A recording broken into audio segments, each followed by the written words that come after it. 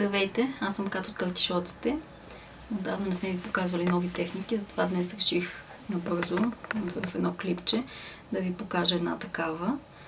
Напоследък водните боички, така наречените watercolor paints, са доста популярни сред средите.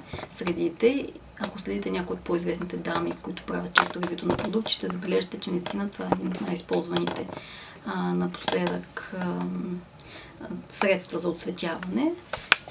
Използват ги както да оцветяват печатани изображения, така и да рисуват тези, които могат, ако не сте твелеви като мен.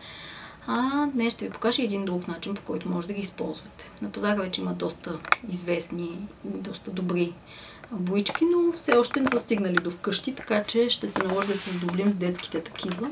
В принцип водните боички се продават за тези, които рисуват, нали, силно ще прозвуча смешно, но за останалите като мен могат да се продават в тубички, могат да се продават в палитри, в отделни цветове. За някои от най-добрите марки ще ви разкажат скоро другите картишочки, които вече имат честта да притежават част от тях. Другото, което ни трябва, е хартия за акварел, желателно, защото в противен случай се губи ефекта. Аз избрах в случай един скицник на джамбовски, който е за акварел. Трябва ни, разбира се, четка, подходяща за акварел и някакъв печат. В моя случай печата е такъв на лабланче, който аз много харесвам, но трябва да призная, че доскоро имах затруднения с ползването им, тъй като те са доста солидни като печат, не могат да се отцветяват след като се отпечатат и всъщност така се пристрастих даже към акварелните маркери, с които мога директно да отцветявам по печат. Но наскоро, след клипче на една дама, чието име ще спомена в края на публикацията, открих, че всъщност водните боички са един доста добър начин за отцветяване на подобен вид трудни печати. Ето, нашата роза днес ще бъде червена, така че единственото, което трябва да направите, е хубаво да намокрите водните боички, така че да не мокрите твърде много, да не внасяте твърде много вода по печата, защото в такъв случай няма да ви се получи добре изображението, така че предварително си намокрете боите, за да са по-кремообразни, така да кажа, и след което отцветявате директно по печата.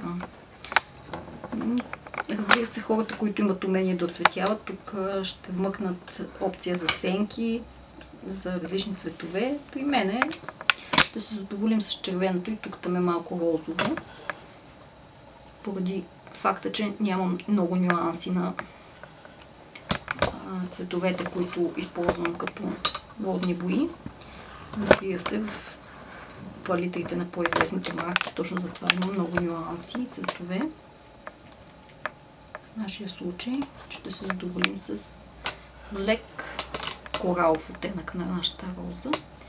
Ето така изглежда тя.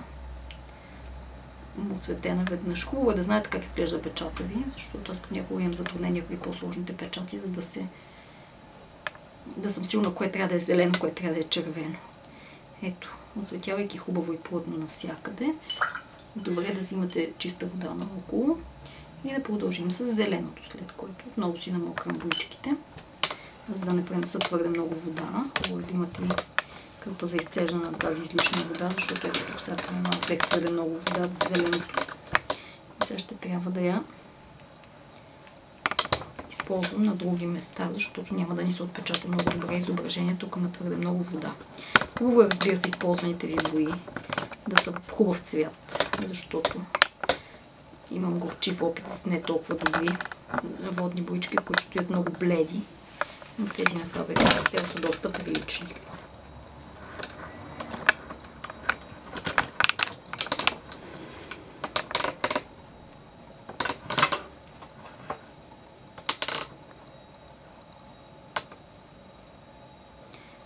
Добрата новина е, че след това се измива много лесно от печата този боя.